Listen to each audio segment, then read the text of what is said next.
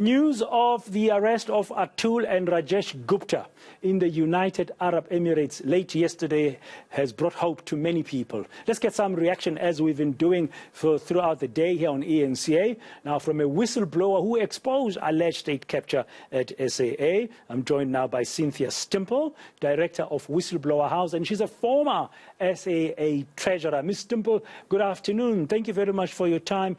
What or how did you react to the news first? What was your reaction when you heard the news about the arrest of Atul and Rajesh Gupta in Dubai?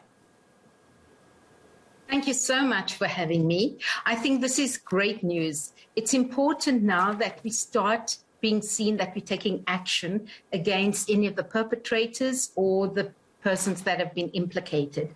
So for Rajesh and Atul to have been arrested in Dubai, I think that's a good start, and we need to keep the momentum. It's excellent news.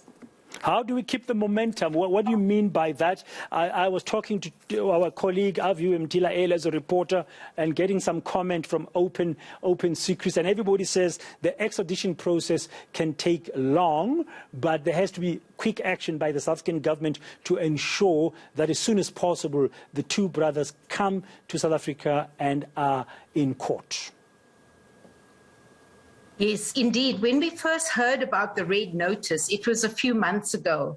And so therefore we see now that the actual arrests have taken place. There's obviously work still to be done, but to keep the momentum is the other people that have been implicated in fraud and corruption. Their names are there. They're in the Zondo Commission. It's come out in those investigations. There's ample information and evidence available. So for us in South Africa, while this is running parallel, waiting for the Guptas to be extradited, other cases, those that have been implicated, those have been already named in various investigations, that work can be done. And that's how we keep the momentum up. That prosecution needs to be taking place. Those continuous investigations with the evidence that's available needs to be worked on so that we can continue this process.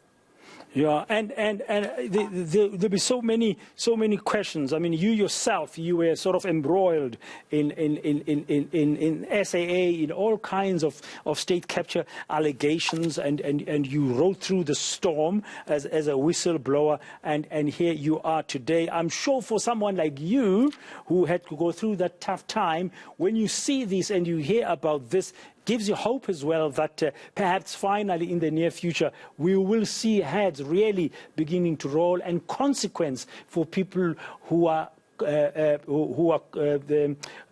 alleged to have been involved in all sorts of state capture nonsense. Indeed, indeed. I think this, so just my own experience with SAA and having been involved and what happened to me shows the plight of whistleblowers, and that whistleblowers definitely need protection. So on the one side, we hope that with all this action that there will be changes made to the whistleblower legislation. In the JCA, the DSJ's Zondo State Capture report, he made recommendations. The one is that we set up an independent committee, and for me already there's a call for a Chapter 9 type of organization or an integrity commission. On the other hand, he says that legislation needs to be changed in one of his other recommendations.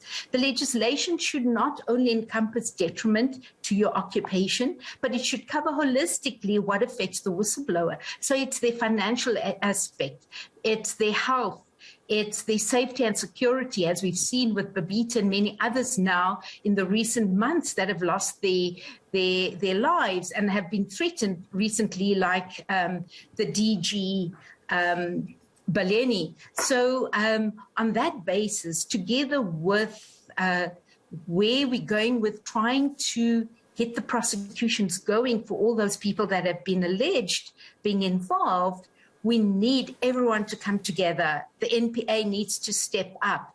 Our SAPS needs to step up. The SIU have been doing, I think, the bulk of the work, but we need to start seeing prosecutions, because this will give hope for people to start standing up for the truth and speaking out. Because at the moment, everyone's saying, let's keep quiet. We shouldn't say anything because nothing's happening, but we need to have some hope now.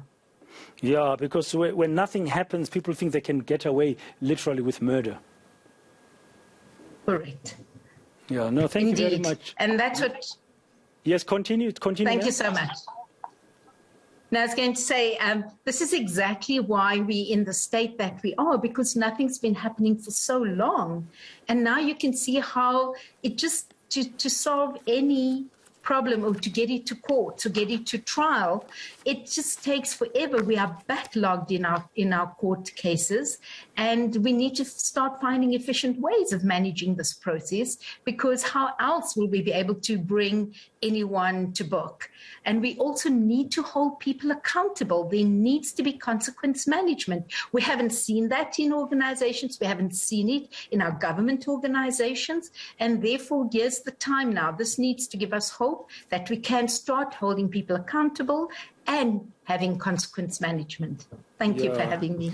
You're welcome, Ms. Simple. And as we are told by authorities, I mean, extradition processes take too long. I made a comment a little bit earlier, a couple of times this afternoon, to say there must be no reason to delay the process of extraditing Mr. Rajesh and Atul Gupta back to South Africa. So the South African authorities need to do their part. It looks like the UAE authorities are very keen to have this matter wrapped up. We thank you for your time and reflections this hour here on Today on eNCA. That's Cynthia Stimple, Director of Whistleblower House and a former Treasurer of SAA.